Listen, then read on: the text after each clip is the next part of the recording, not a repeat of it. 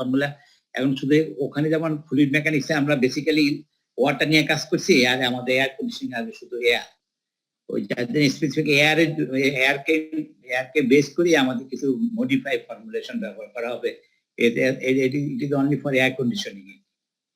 তো এখন দেখো একটা হচ্ছে কন্টিনিউটি ইকুয়েশন, আমরা জানি যে mass flow equal to constant. যদি এরকম একটা ব্রাঞ্চ থাকে, যেমন সে ধরে এখানে একটা ব্রাঞ্চ আছে, এটা ধরে একটা টিউব আছে, কনভার্জিং টিউব, বা দুইটা সেকশন, এটা 1 and 2, তাহলে আমরা জানি এই সেকশনে তোমার ভেলোসিটি আছে, প্রেসার আছে, ডেনসিটি আছে, তো মাস ফ্লো রেট আছে, আবার এইটাও তো আছে pressure, density, mass flow rate. তাহলে সুতরাং ফর্মুলাটা দেখো এখানে, যে M equal to rho Q1, Q1 মানে ফ্লো রেট।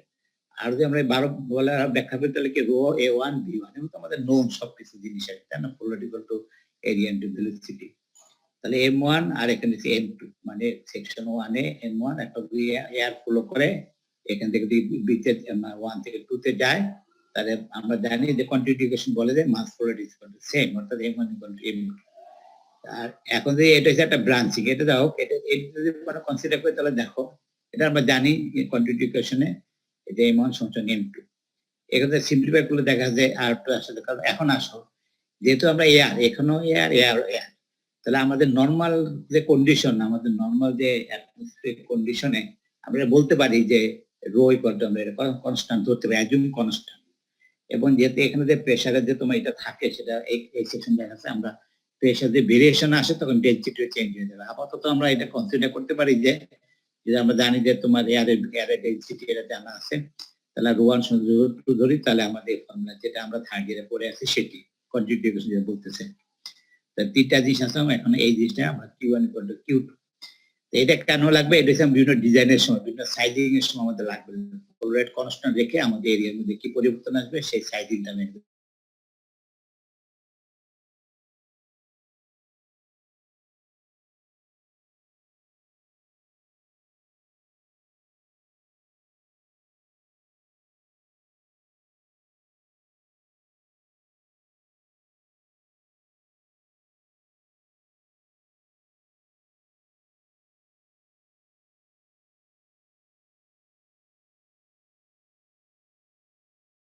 প্লাস M3 বসাও, তাহলে একই জিনিস আসবে। যেহেতু রো আমরা কনস্ট্যান্ট ধরি, রো1 সমান রো2 সমান রো2 কনস্ট্যান্ট ধরি, তাহলে এটা হয়। তাই এই ফর্মুলাটা আসে, তাহলে বোঝা গেল এখানে ফ্লো রেট, একটা মাস ফ্লো রেট, একটা ভলিউম ফ্লো রেট, এই দুইটাই কি সেম, দুইটার সাম। এখন আসো বার্নৌলিজ ইকুয়েশন যেটা আছে, এখন প্রেসারের সাথে রিলেশনশিপ যেটা আছে, আমরা জানি প্রত্যেকটা পয়েন্টে প্রেসার, হেড, ভেলোসিটি আর একটা কি যেটা এইটা হয়। আর সাধারণত তোমার এইটা হচ্ছে আমাদের তোমার বার্নৌলিজ ইকুয়েশন যেটা আমরা জানি। এখন একটু মডিফাই করা হলো, আবার আর একটু মডিফাই করা হলো, ফাইনালি দেখো এই ফর্মে নিয়ে আসে। এখন এখানে দেখানো যে Z1 সমান Z2। সাধারণত আমাদের যে দাগগুলো থাকে হরিজন্টাল পজিশনে থাকে, যেখানে হরিজন্টাল পজিশনে থাকে, যখন তো তোমার ভার্টিক্যাল পজিশন যায় তখন তো Z1 Z2 মানে এইটা কনসিডার করতে হবে। বেসিক ম্যাক্সিমাম কেসে হরিজন্টাল কেস, মানে আমার ওয়ালে বলো আর রোপে বলো হরিজন্টালি এটা মুভ করে, এই জন্য Z1 Z2 আমরা করি, তাহলে দুইটা দিশা আসে। তাহলে এখানে আমরা জানি যে একটা হচ্ছে স্ট্যাটিক প্রেসার আছে, ভেলোসিটি। এখানে আমরা অন্য একটা নাম দিতে চাচ্ছি, এটা স্ট্যাটিক প্রেসার হেড, এটা হচ্ছে ভেলোসিটি হেড, এটা ডেটা হেড বলি। তাহলে আমাদের এয়ার কন্ডিশনিং এ এখন দেখো এই জিনিসটাকে একটু মডিফাই করে এই ফর্মে নিয়ে আসলাম, কিছু না এক সেম জিনিস, এইটা একটা মডিফাই করে নিয়ে আসলাম। এইটাকে আমরা একটা নতুন একটা নাম দিতে চাচ্ছি, এটাকে বলে velocity pressure. Ultimately velocity pressure means মানে কি ভেলোসিটি হেড, এটা হচ্ছে প্রেসার, স্ট্যাটিক প্রেসার, এটাকে আমরা ভেলোসিটি, সেটা একটা নাম দিলাম আমরা। বুঝে আসছো? আসলে এটা কাইনেটিক এনার্জি। এখন ইন টার্মস অফ আমাদের তোমার এই যে এয়ার কন্ডিশনিং এই জিনিসটাকে আমরা নতুন ভাবে একটা পরিচয় করতে চাই, সেটাকে আমরা বলি ভেলোসিটি হেড বা ভেলোসিটি প্রেসার। এটা হচ্ছে স্ট্যাটিক প্রেসার, এটা ভেলোসিটি প্রেসার। এটা হচ্ছে কাইনেটিক এনার্জির জন্য, এটা হচ্ছে কি স্ট্যাটিক এনার্জি, স্ট্যাটিক প্রেসারের জন্য যেটা হচ্ছে। তো এই দুটো হচ্ছে বার্নৌলিজ ইকুয়েশন, আমরা মডিফাই করে এটা পাইলাম। এর থেকে কি পাওয়া গেল, অর্থাৎ যদি কোনো একটা সেকশনের প্রেসার জানা থাকে, পরেরটা সেকশনের প্রেসার কি হবে সেটা আমি এখানে বের করতে হবে, করসপন্ডিং ভেলোসিটি চেঞ্জ। এটা একটা রিলেশনশিপ যেটা আমরা বার্নৌলিজ ইকুয়েশন পড়ে আসি। এখানে দেখো, তাহলে এখানে আমাদের প্রেসার, টোটাল প্রেসার বলতে কি বোঝায়, তাহলে একটা স্ট্যাটিক প্রেসার, একটা কি ভেলোসিটি প্রেসার। স্যার ক্লাস তো রেকর্ড করা হচ্ছে না স্যার।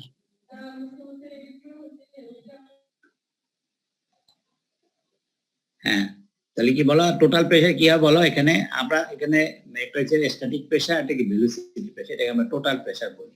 ঠিক আছে? তো এখন আসো এখানে জিনিসটা আরেকটা আছে, দেখো এখন আমরা এনার্জি ইকুয়েশন আমরা কনসিডার করি, আমরা যে ডাক্টের আমরা যেটা হচ্ছে তোমার বাউন্ডারি ইকুয়েশন, তো এখানে আমরা ফ্রিকশনটা কনসিডার করি না, কিন্তু টোটাল যখন এনার্জি সিস্টেম চেঞ্জ হবে, যেহেতু ডাক্ট আছে এখানে ফ্রিকশন হবে, দেয়ার ইজ সাম লস দেয়ার। এই জন্য আলটিমেটলি কি দাঁড়াবে, এই যে ফর্মুলা যেটা আমরা total pressure plus basic pressure, এটা একটা সেকশনে, এটা আরেকটা সেকশনে, এই কনস্ট্যান্ট বলে বাউন্ডারি ইকুয়েশন এই কথা বলে। কিন্তু আমরা এনার্জি ইকুয়েশন আমরা দেখছি ফ্লুইড মেকানিক্সে there is some loss there, সেখানে লসটাকে কনসিডার, লসটাকে ফ্রিকশনাল লস ডিউ টু ডাক্টের সাইজ, কর্নার বা মানে মেটেরিয়ালস বা এটা সারফেসের জন্য একটা লস কনসিডার করা হয়। এটা হচ্ছে এনার্জি ইকুয়েশন। এখন আরেকটা জিনিস আসো, যখন আমরা এই যে এখন এই যে এখান থেকে লস যেটা হবে এটা রিকভার করার জন্য কি করে আমরা ব্লোয়ার, এই যে ব্লোয়ার দেখা প্রসিজার আমরা আগেও পড়ে আসি যে যেমন যদি পাম্প থাকে তাহলে লেফট সাইডে আসবে আর টার্বাইন রাইট সাইডে থাকবে, এর লসটা আসলো। আর দুই আমরা একটা ব্লোয়ারে যে আমি প্রেসার কে অ্যাড হবে না সাবস্ট্রাক্ট হবে, আমি একটা লাইনে দিয়ে একটা ব্লোয়ার বসায় দিই, নরমালি যে প্রেসার থাকবে ভেলোসিটি থাকবে, যেটা ব্লোয়ার বসায় দিই, এখানে এনার্জি যদি অ্যাড করি তাহলে কি প্রেসার বাড়বে না কমবে? বুঝতে পারিনি যে সে ধর একটা পাইপলাইনে তোমার স্ট্যাটিক প্রেসার আছে 10 আর ভেলোসিটি প্রেসার আছে 15, এখন আমি একটা ব্লোয়ার লাগিয়ে দিলাম, এরপরে এখানে কি প্রেসার বাড়বে, টোটাল প্রেসার বাড়বে না কমবে? বাড়বে। বাড়বে। এখানে এক্সটার্নাল এনার্জি অ্যাড করা হচ্ছে, বুঝে আসছে বলো?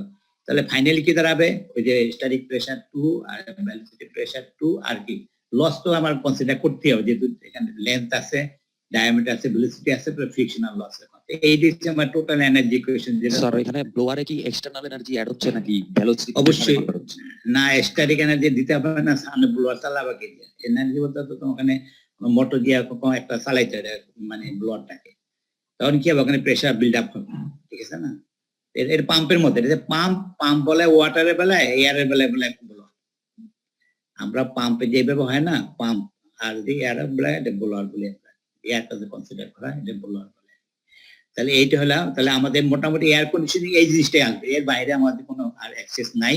তাহলে একটা স্ট্যাটিক প্রেসার থাকবে ডিউ টু স্ট্যাটিক হেড, তারপর ভেলোসিটি ডিউ টু ভেলোসিটির জন্য ভেলোসিটি প্রেসার, আর যদি আমরা ব্লোয়ার লাগে তো ব্লোয়ার থেকে এক্সটার্নাল প্রেসার যোগ হবে। কারণটা কি, যদি এরকম প্রেসার ড্রপ হইতে থাকে, লস হইতে থাকে, একসময় দেখা যাবে নেগেটিভ প্রেসার হয়, যাতে নেগেটিভ প্রেসার না হয় বা একটা পজিটিভ প্রেসার থাকে, তাহলে আমরা এখানে এক্সেস প্রেসার দিয়া এটাকে মেকআপ করতে হবে। এটি আমার ডিজাইন কনসিডারেশনের জন্য এই জিনিসটা আমার টোটাল এয়ার কন্ডিশন, এর বাইরে আমাদের দরকার নেই।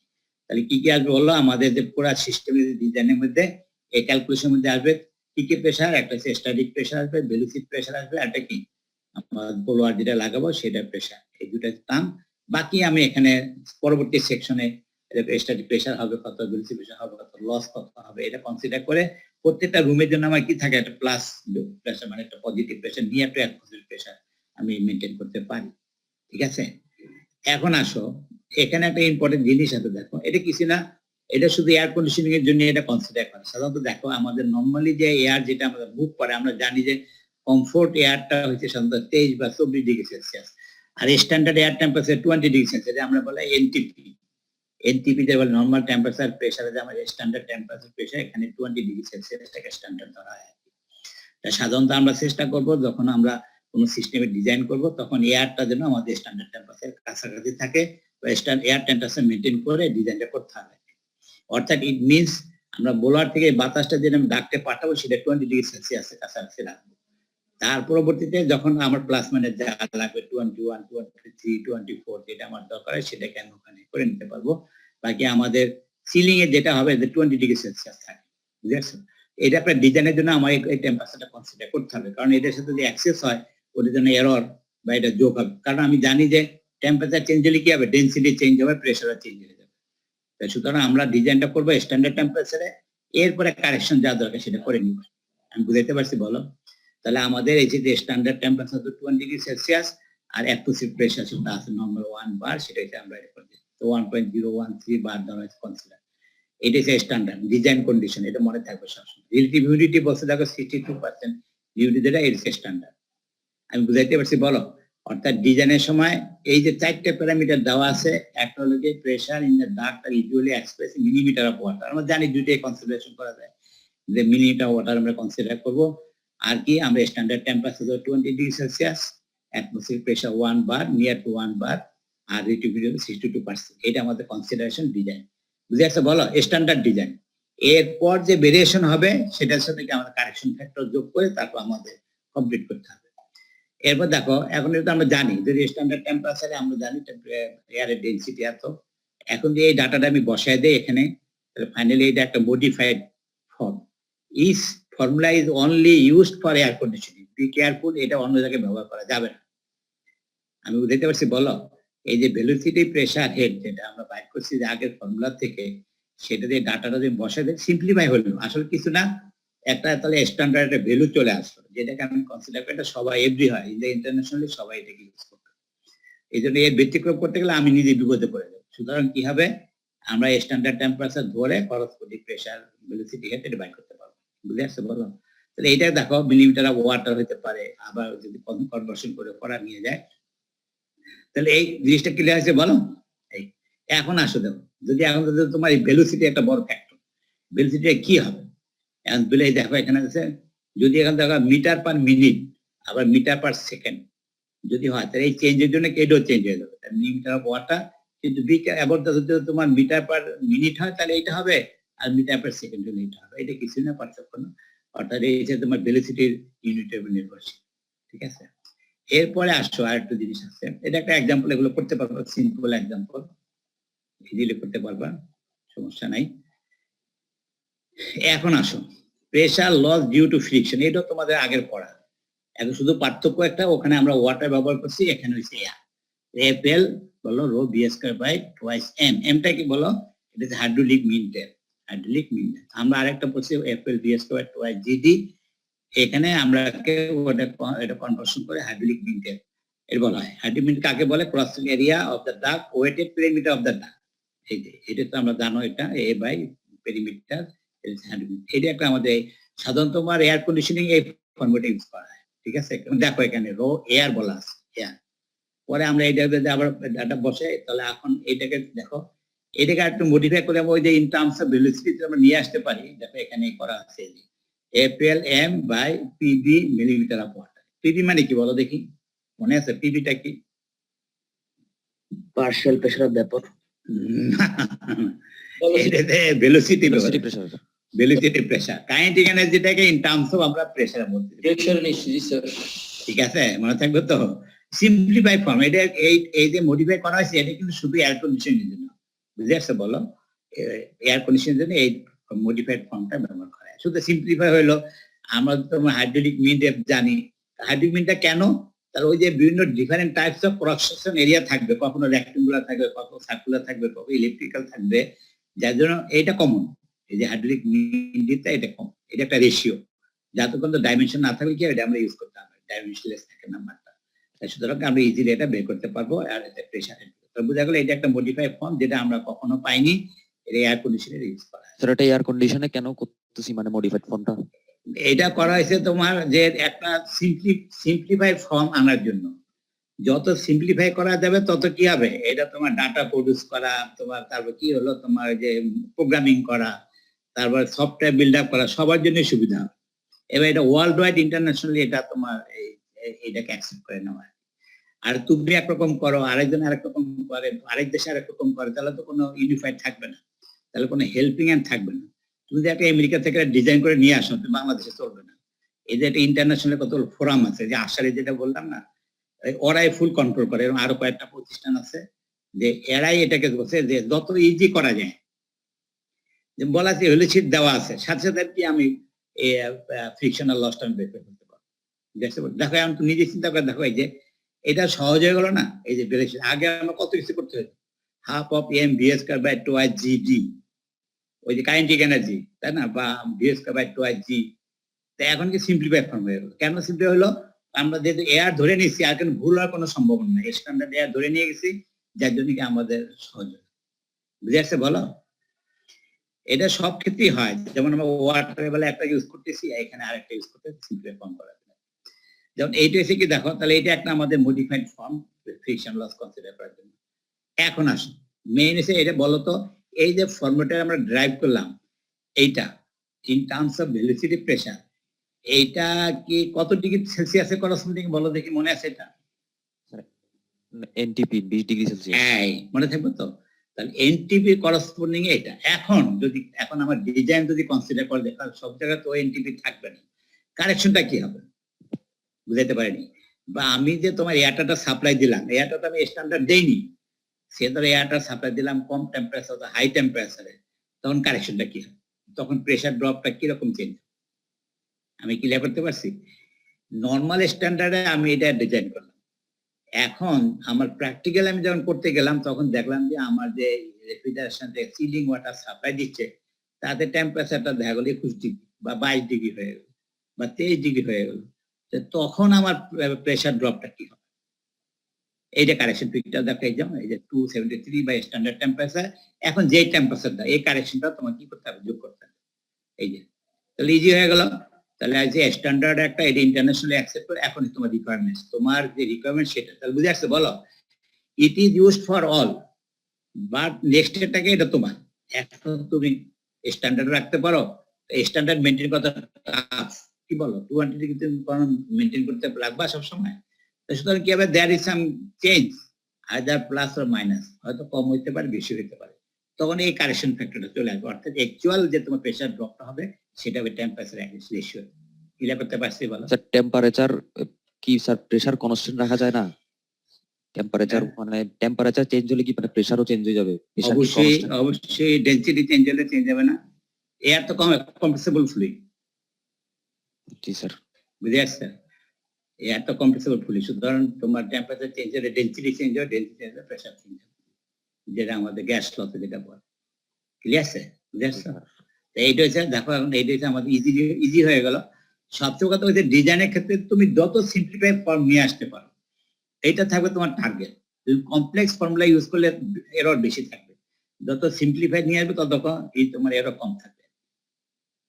ঠিক আছে, আচ্ছা গেল।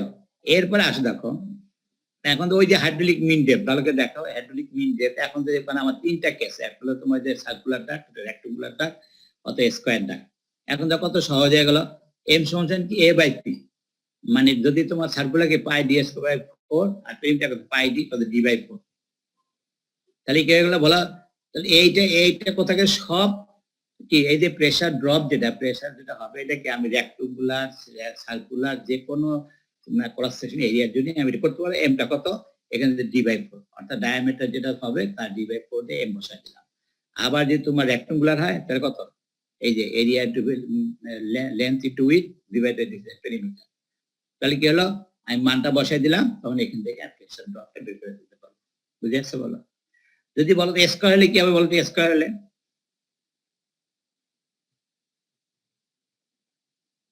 বুঝতে পারি, স্কয়ার হলে এম কত,